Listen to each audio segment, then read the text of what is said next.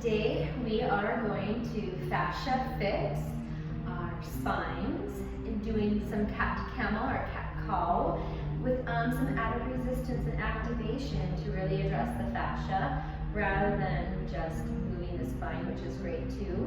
And then we'll go into a resistance stretch that focuses a little bit on the back of the shoulders, but also the upper rib cage as well. And then we'll finish it off with a way to resistance stretch, fascia fix your hip flexors and quads. So think of taking all of your traditional stretching and flipping it upside down. We're going to shorten the muscles. We're going to add resistance and activation and move in the opposite direction. Let's begin in cat camel. Coming down onto the hands and knees. And the ankle a little bit here. So you're going to bring your hands directly below your shoulders and your knees directly below your hips. Finding a neutral spine here. I'm going to put a little bit of pressure into my feet to make a deeper connection with the floor. Same thing with my hands. Make sure you're not just kind of floating there, but you're working right away from the very beginning. First, you're going to resist your hands back towards your knees and your knees forward towards your hands. While you do that, find that resistance. You're going to round your spine, bringing the belly button towards your spine, and head release. Now resist the hands forward and the knees back, and reverse your spine. Resist everything in and underneath you. My feet come up a little bit with this one because I'm resisting my knees so much. Press your hands forward, your knees back, and bring the belly down towards the floor with a slight chin tuck. Try not to crank on your neck, so keep a little bit of a space there. Resist everything in. Pause, really feel that you're in the right direction with your resistance.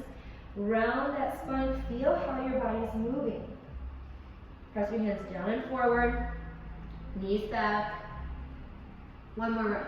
Resist everything in. Round spine, lift the belly. And reverse, pressing out, drop the belly, chin tuck. Rest in child's pose for a moment.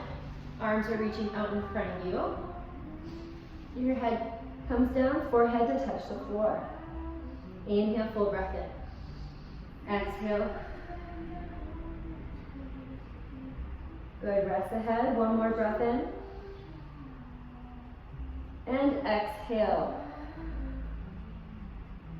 Making your way back up onto your hands and knees. Now we're going to be stretching again that back of the shoulder area and then the upper rib cage.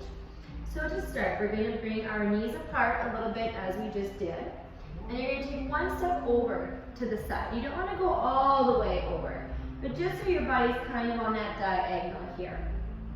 So I'm going to plant my right hand down, and I'm going to take my left hand and place it on top.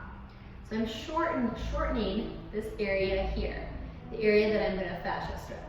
So now I have to add resistance. My resistance is the heel of my right hand going towards my right knee on the diagonal. This hand is going to act as my base.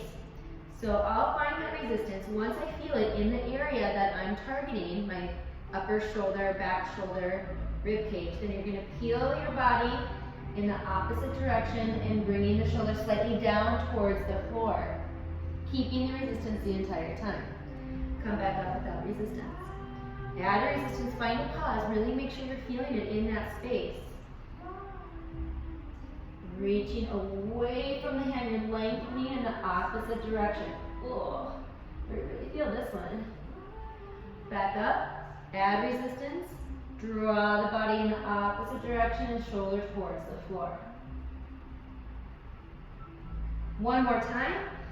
Add your breath. Your breath is moving in and out naturally, whatever feels comfortable, but feel what it's like to add resistance with all of your movement, how different that feels in your body. Next, we're going to move to the other side. But first, take a quick moment just to notice any changes you might feel in the body. I tend to feel a little bit more freedom and ease of motion in the area that I just resistance stretched. So making your way towards the opposite side. I'm going to plant my left hand down and I'm going to take my right hand on top to act as my base. Add resistance of the left heel of the hand towards the left knee. Once I feel it resisting in the back of my shoulder and upper rib cage, I'm going to draw my hips in the opposite direction and bringing the shoulders slightly down towards the floor, all the while maintaining constant resistance.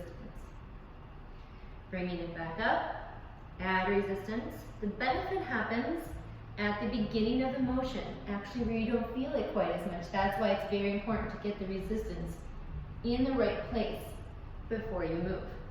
Resist it back. Notice if you can go a little bit harder, a little bit extra.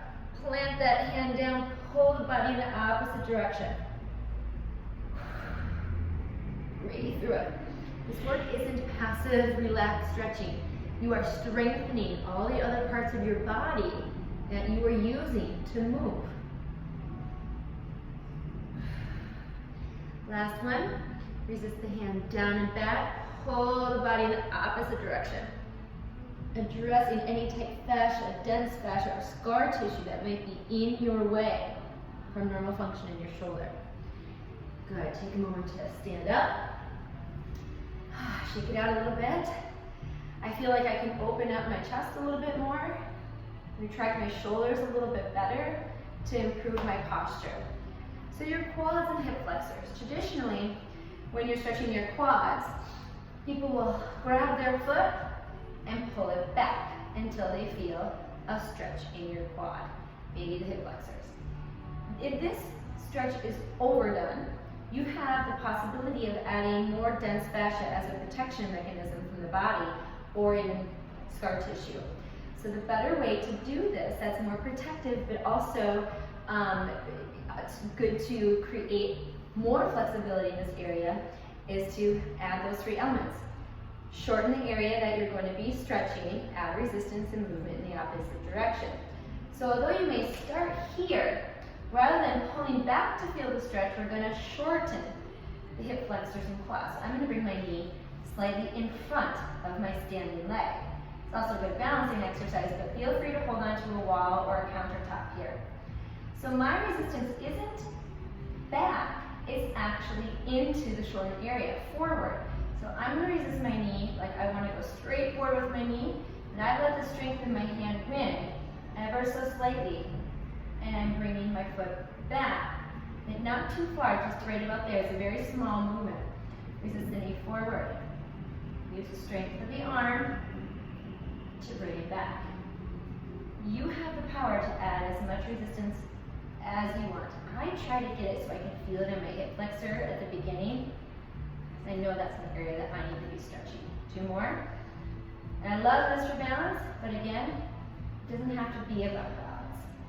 1 more. Knee resist forward. Draw it back a couple inches. Good. Take a moment again.